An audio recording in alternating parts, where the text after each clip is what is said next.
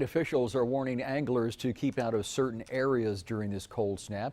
Channel 5's Daisy Martinez live in our Cameron County newsroom to explain about their efforts to protect fish impacted by the cold weather. Hey, Daisy. Oscar, Texas Parks and Wildlife officials tell us these cold temperatures create an unfair advantage for fishermen. Right now, they're closing off some popular fishing spots to ensure they protect the rest of the fishing season.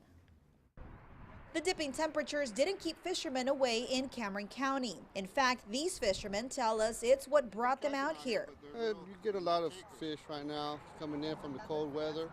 So we came out here and tried to give it a little shot, and we got lucky. This is a good time for the fishing right now because the fish coming with the north and put your eggs in the channel. Texas Parks and Wildlife Department Captain James Dunks tells us these spots along Highway 48 are fine for fishing during this weather.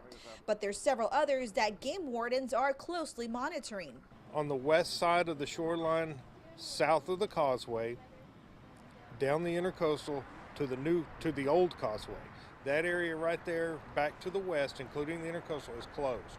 And then the area south of the south jetty at the Brazos-Santiago Pass, half-mile south and 1,000 yards offshore, is closed.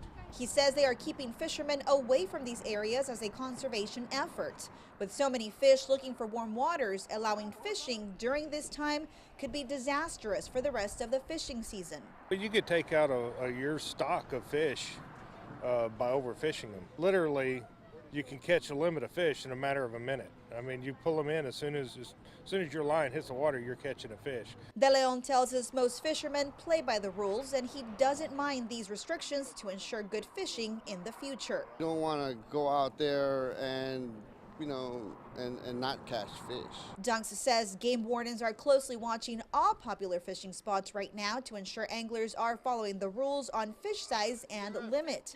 He says anyone breaking these rules or caught fishing in the restricted areas could face a fine of up to $500 per fish. Dunks tells us there have been some reported fish kills already near marinas, mostly smaller fish like mullet. He tells us they are closely monitoring the weather to determine when they will lift these restrictions. Live from the Cameron County Newsroom, Daisy Martinez, Channel 5 News at 6.